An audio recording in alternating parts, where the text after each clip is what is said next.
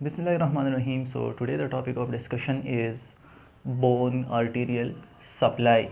सही हो गया। इससे पहले चैप्टर्स में हमने bone introduction, bone structure, bone classification, जो कि स्ट्रक्चर क्लासिफिकेशन मोस्ट इंपॉर्टेंट था, वो हमने डिस्कस कर लिया है।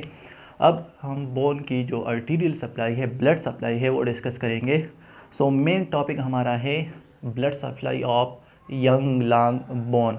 यंग लॉन्ग बोन की जो ब्लड सप्लाई है वो डिस्कस करेंगे। इसके अलावा बुक में miniature bone, ribs, short bones and vertebrae की भी डिस्कस की हुई है। सो डिस्कस करते हैं। जो लॉन्ग बोन है हमारे पास, जो ग्रोइंग बोन है, 4 आर्टरीज ने सप्लाई दी हुई है। 4 आर्टरीज ने सप्लाई दी है। फर्स्ट वन हमारे पास है न्यूट्रिएंट आर्टरी। सही हो गया। फर्स्ट वन हमारे पास है nutrient artery. Second periosteal arteries.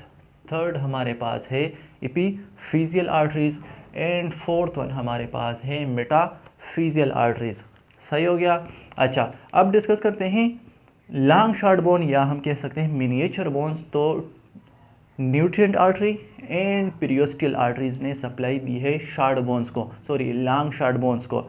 सही। अब जो रिब्स हैं उनको भी nutrient artery and periosteal artery ने सप्लाई दी हुई है, यानी जो मिनिएचर बोन्स हैं एंड रिब्स हैं, दोनों की सेम सप्लाई है nutrient artery and periosteal arteries. सही है। अब जो शॉर्ट बोन्स है हमारे पास, जो शॉर्ट बोन्स है उनको एक टाइप की सप्लाई मिली है, वो है पेरियोस्टियल आर्टरीज। सही।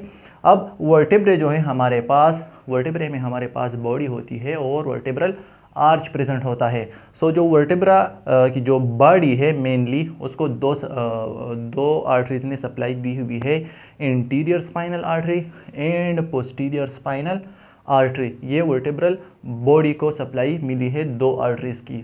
सही हो गया। जो कि वर्टेब्रल आर्च है उसको सप्लाई मिली है लार्ज ब्लड वेसल्स से। अब हम डिस्कस करते हैं जो हमारा मेन टॉपिक है यंग लॉन्ग बोन, जिसको 4 आर्टरीज ने सप्लाई दी हुई है। सही हो गया। सो यहाँ डायग्राम में हम इनको बारी बारी डिस्कस करते हैं। अच्छा, ये हमारे पास है एक typical long bone, typical growing long bone. अच्छा, अब इसमें हमारे पास एक एपिफाइसिस, फिर डायफाइसिस और फिर एपिफाइसिस, यानी 2 एपिफाइसिस है, 1 शेफ्ट या डायफाइसिस है। सही हो गया।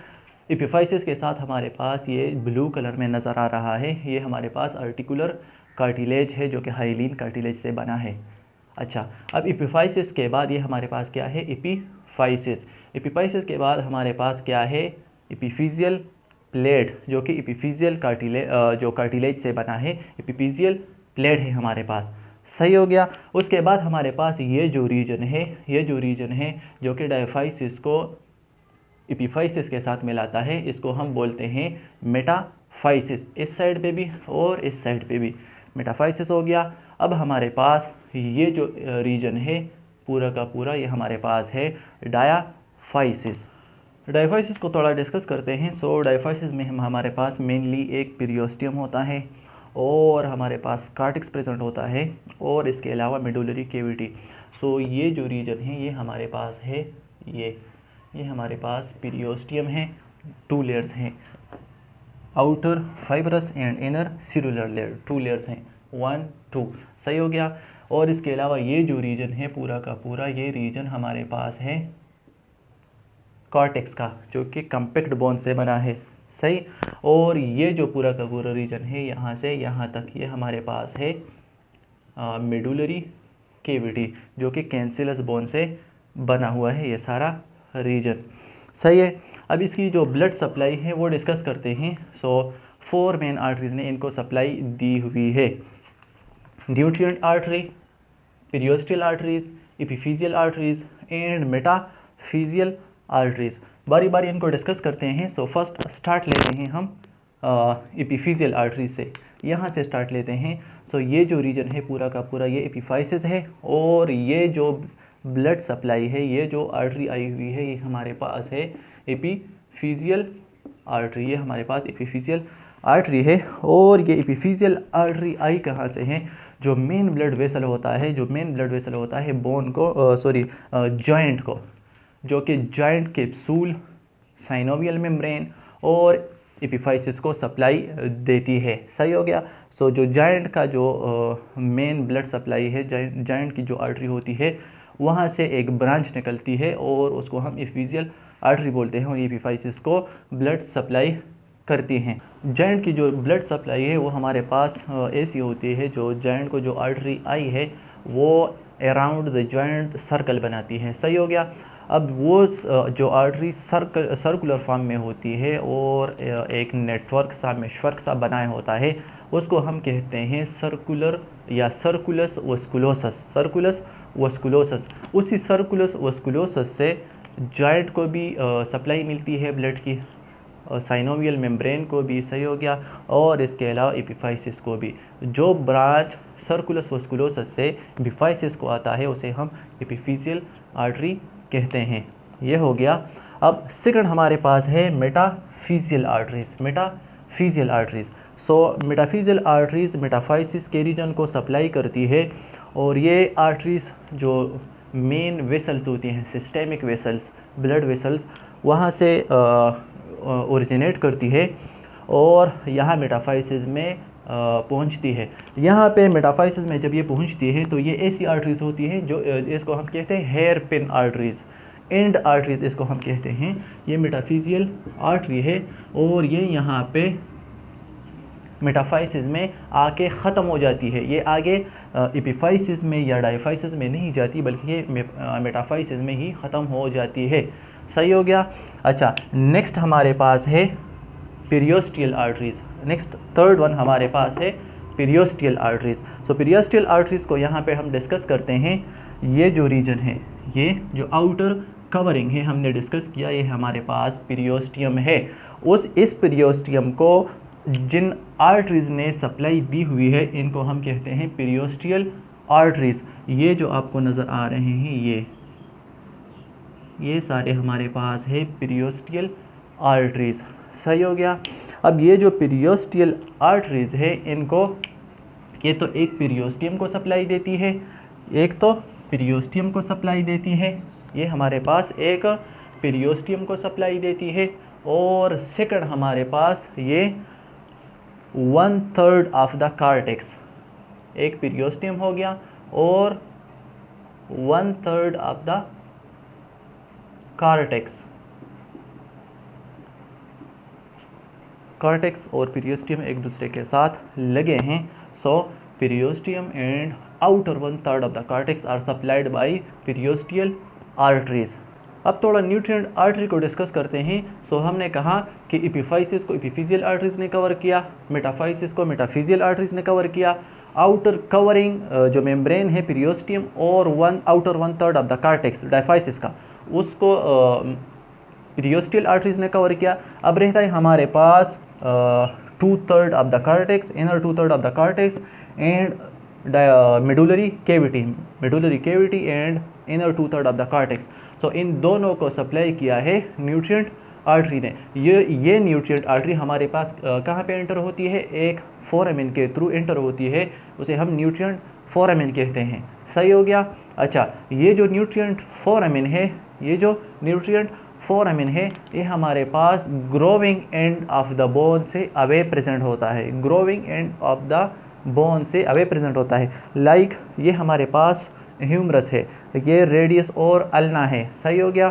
So growing end of the humerus हमारे पास ये रीजन है, ये हमारे पास growing end of the humerus है, जबकि upper end of the humerus, जबकि रेडियस का जो ग्रोविंग एंड है वो lower end of the radius है, lower end of the radius growing end है ऐसा। अच्छा, तो अब होता ये है जो हमारे पास न्यूट्रिएंट फोरामेन होगा वो एल्बो की तरफ होगा, यानी away from the growing and होगा टू द एल्बो। सही हो गया, एल्बो की तरफ होगा।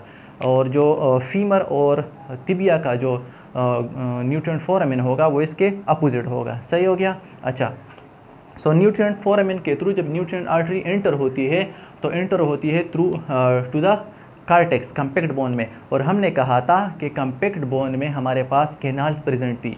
सही हो गया।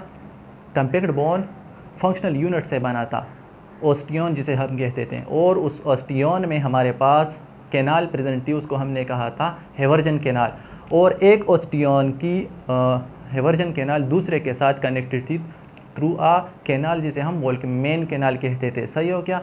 तो इन कैनाल्स के थ्रू कंपैक्ट बोन से न्यूट्रिएंट आर्टरी पास होती है और एंटर करती है टू द मेडुलरी कैविटी, सही हो गया। ये न्यूट्रिएंट आर्टरी है, न्यूट्रिएंट फोरामेन के थ्रू एंटर हुई, कंपैक्ट बोन में जाती है और मेडुलरी कैविटी में चली जाती है। जब यहाँ पे पहुँचती है nutrient artery to the medullary cavity, तो दो ब्रांचेज में डिवाइड होती है, ascending branch and descending branch. सही हो गया। अब ये एसेंडिंग ब्रांच और डिसेंडिंग ब्रांच जब जाती है थ्रू द बोन, तो ये फर्दर ब्रांचेस इससे निकलती है जिसे हम पैरेलल ब्रांचेस कहते हैं।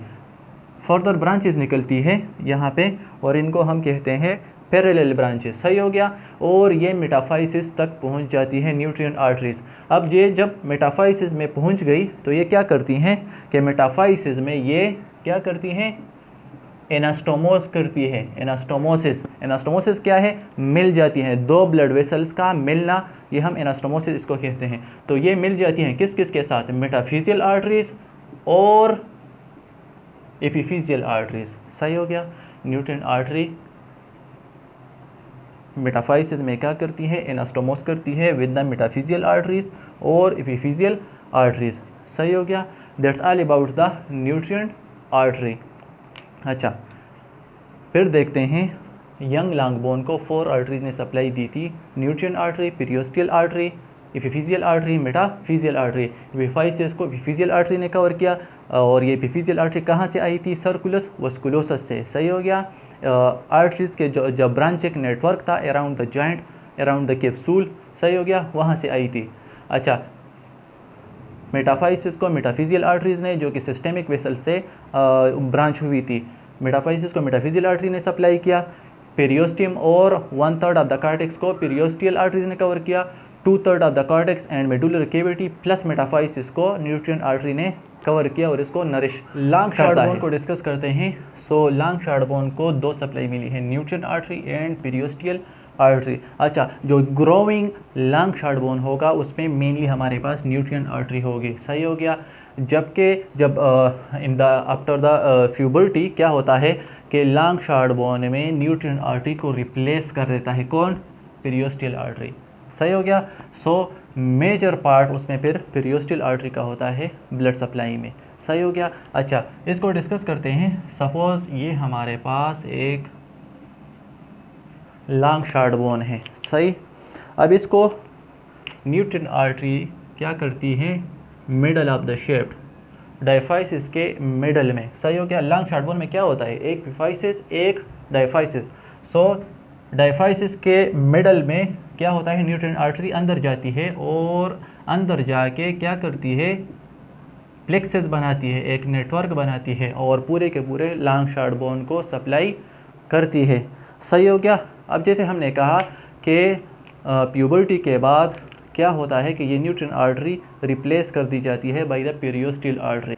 अच्छा, अब हमने कहा कि जो न्यूट्रिएंट आर्टरी है बिफोर प्यूबर्टी ये डायफाइसिस के मिडल में जाती है और प्लेक्सेस बनाती है। सही हो गया। और सप्लाई देती है।